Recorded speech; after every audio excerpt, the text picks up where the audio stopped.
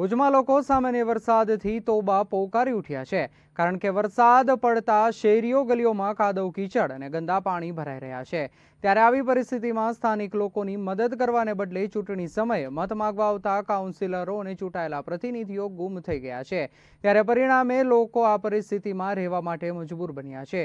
ત્યારે આવો જોઈએ શું છે લોકોની પરિસ્થિતિ અમારા ખાસ રિપોર્ટમાં। હવામાન વિભાગ દ્વારા સૌરાષ્ટ્ર કચ્છ સહિત તમામ જિલ્લામાં વરસાદની આગાહી કરવામાં આવી છે।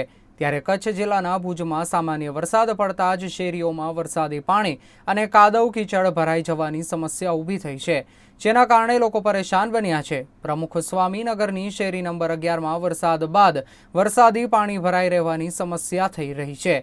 આ અંગે લોકો દ્વારા પાલિકામાં અનેક વખત રજૂઆત પણ કરવામાં આવી છે, તેમ છતાં વરસાદી પાણીનો નિકાલ કરવાની કામગીરી કરવામાં આવી નથી। કાઉન્સિલરો દાદ ન દેતા હોવાનું સ્થાનિક લોકોએ જણાવ્યું હતું।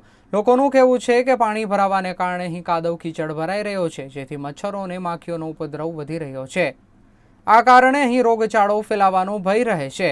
આ બાબતે અનેક વખત પાલિકા તંત્રને રજૂઆત કરવામાં આવી છે, છતાં કોઈ કામગીરી કરવામાં ન આવતા લોકોમાં આક્રોશ જોવા મળી રહ્યો છે। આ પરિસ્થિતિમાં સ્થાનિકોની સમસ્યાનો નિકાલ કરવા બાબતે પાલિકા તંત્ર દાદ નથી આપી રહ્યું। ત્યારે લોકો પોતાની સમસ્યાનો નિકાલ કરવા માટે રજૂઆત કરે તો કરે કોને તે વિચારવા જેવું છે। આપણા દર વર્ષે અહીંયા કને પાણી ભરાવાનો બહુ પ્રોબ્લેમ છે। પાણીનો નિકાલ નથી બિલકુલ, ને હવે તો એટલો પ્રોબ્લેમ છે કે ઘરની બહાર નીકળી શકાય એમ નથી। ને આટલા ટાઈમમાં 28 તારીખના અમે રજૂઆત કરી હતી નગરપાલિકામાં, તોય પણ હજી કાંઈ એનો નિકાલ આવ્યો નથી। એની પહેલે અમે આપણે કાઉન્સિલરને પણ ફોન કર્યા હતા, પણ તેમ છતાંય પણ સાફ સફાઈ કે કાંઈ પણ થઈ નથી હજી સુધી। ને એના હિસાબે અમે વળી પાછો 28 તારીખના રૂબરૂ ગયા હતા અમે આપણે નગરપાલિકામાં, તેના પછી પણ હજી સાફ સફાઈ થઈ નથી।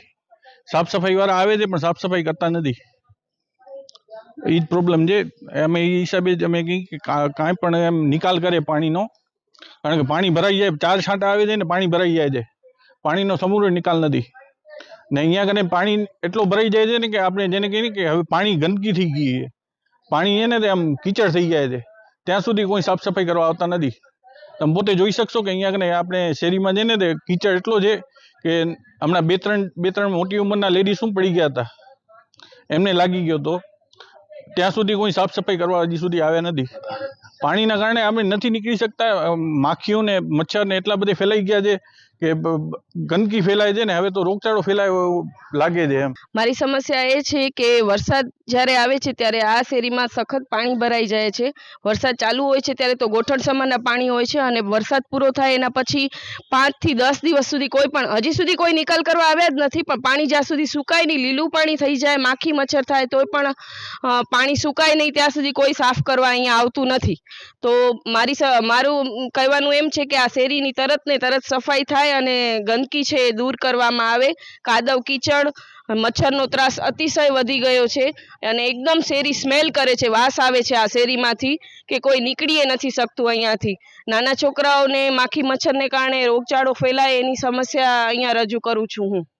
શહેરના તમામ વિસ્તારમાં આવી જ પરિસ્થિતિ જોવા મળે છે। પોશ ગણાતા bus stand, Sanskarnagar, hospital road, jubilee circle સહિતના વિસ્તારમાં વરસાદી પાણી ભરાઈ જતા પાલિકાની બેદરકારી સામે આવી રહી છે।